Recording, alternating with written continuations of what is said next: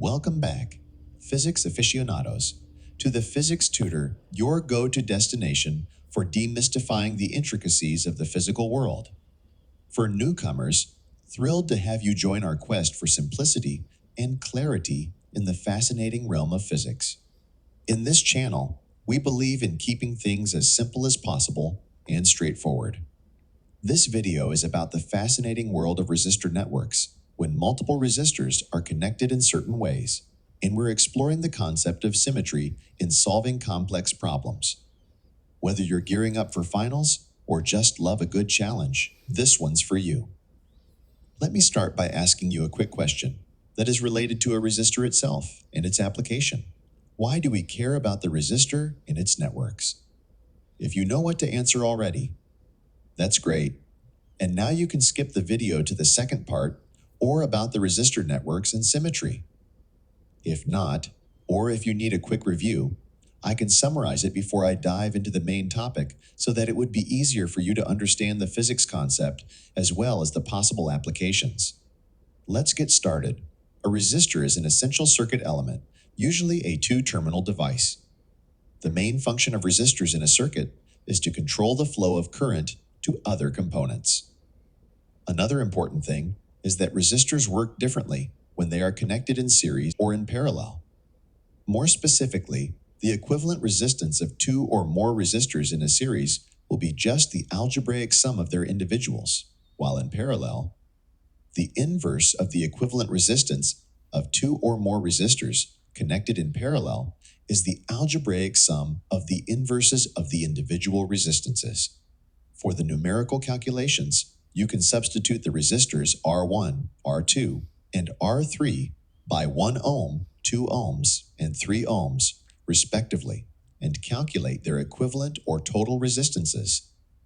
If you do that, you will have the equivalent resistance of a circuit more than the highest value of a resistor if they are connected in series, in this case 6 ohms, while the equivalent resistance will be less than the smallest value of the resistor in that circuit if they are connected in parallel. Yes, it is about 0.54 ohms. These results make sense, right? Well, if not, I'd recommend you pause the video and do the calculation yourself with the arbitrary resistance values, say all of 1 ohm or any other values of your choice.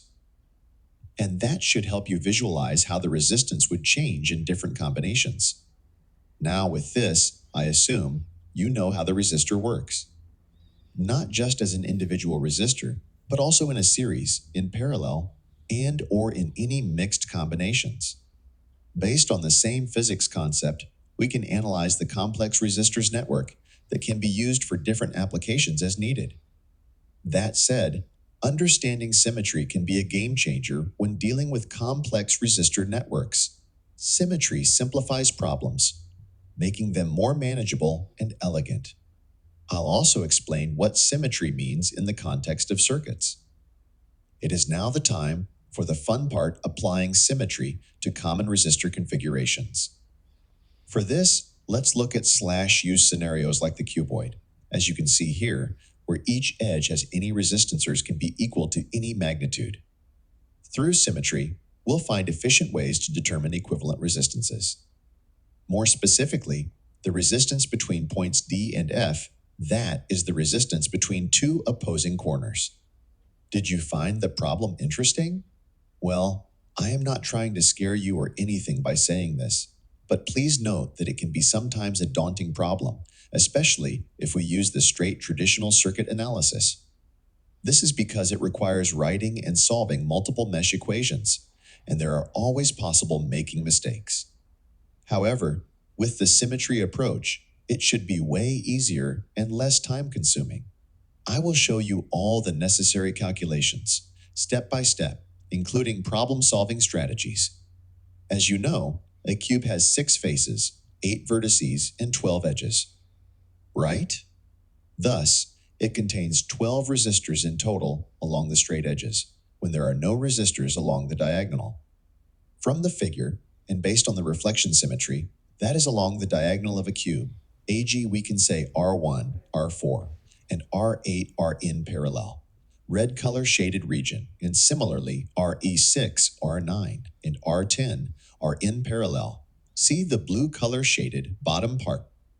Also, if you need further clarification, you can compare the circuit with our series and parallel connection examples, where you can compare the equal voltage, or potential, at 3 nodes close to D and F as indicated. Furthermore, each resistor R1, R4, and R8 are connected in series with 2 resistors, namely R2 and ER5, R3 and R7, and R3, 11, and R12, respectively. This combination results in a series sum of 3 parallel arrangements. Now, the calculation of equivalent resistance by assuming all the resistors have equal resistance equal to R is straightforward. The first part, ER equivalent of 3 resistors in parallel combination, equals R divided by 3. Similarly, the second part, R equivalent of 6 resistors connected in parallel, is equal to R divided by 6, and in the last part, the R equivalent of 3 resistors is the same R divided by 3. So, the final total resistance of the circuit is the sum of 2 times R divided by 3 and R divided by 6. This is equal to 5 times R divided by 6.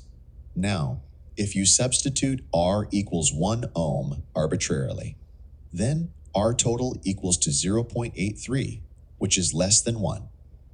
Alternatively, if we substitute R equals 1 kilo ohms, then the total resistance equals 833 ohms, which is less than 1 kilo ohms. Both the calculated values make sense, right?